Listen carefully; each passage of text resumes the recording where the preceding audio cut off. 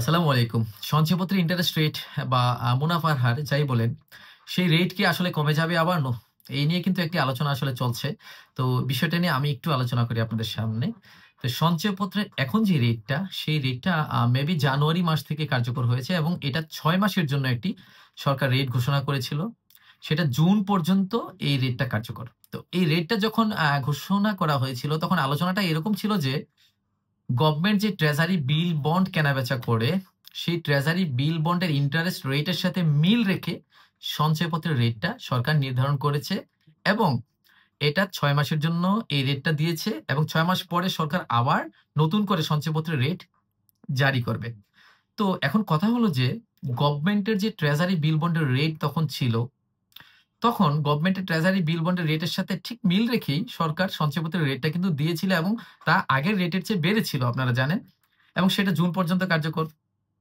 তো এখন জুনের পরে নতুন রেট যখন আসবে তখন এই যে ট্রেজারি বিল বন্ডের এখনকার যে রেট সেটার সাথে মিল রেখে যদি নতুন রেট জারি করে তাহলে কিন্তু সঞ্চয়পত্রের রেট কমে যাবে বলে ধারণা করা যায়। কারণ কি? কারণ গভর্নমেন্টের যে ট্রেজারি বিল বন্ড যেটার মাধ্যমে গভর্নমেন্ট বাজার থেকে ঋণ নিয়ে থাকে জনগণের কাছ থেকে। আপনারা ট্রেজারি বিল বন্ড সম্পর্কে যদি ভালো জানতে চান তাহলে আমার এই চ্যানেলে ট্রেজারি বিল বন্ড কেনা এবং বিস্তারিত অনেক ভিডিও আছে, আপনারা একটু দেখে নিয়েন।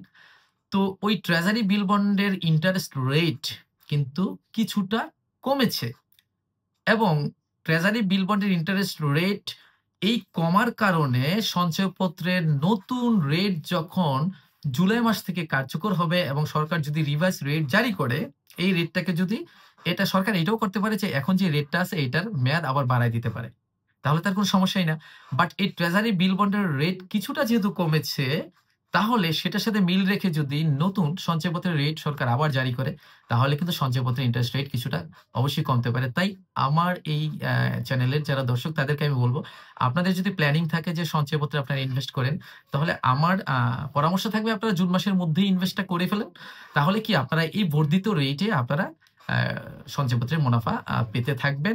জুন মাসের পরে জুলাই থেকে যখন নতুন রেট আসে, যদি সেই রেট কমেও যায় তাহলে কিন্তু আপনারা এই বর্ধিত রেটেই পাবেন যদি এখন ইনভেস্ট করে রাখেন। তো আপনাদেরকে বলে রাখছি, যারা এই রেটে কিনে থাকবেন বা যারা যখন কিনবেন তখনকার সময়ে যে রেট সরকার দিয়ে থাকে, সেই রেট অনুযায়ী কিন্তু আপনারা সেই মেয়াদের জন্য, ধরুন আপনি পরিবার সঞ্চয়পত্র ৫ বছরের জন্য কিনলেন।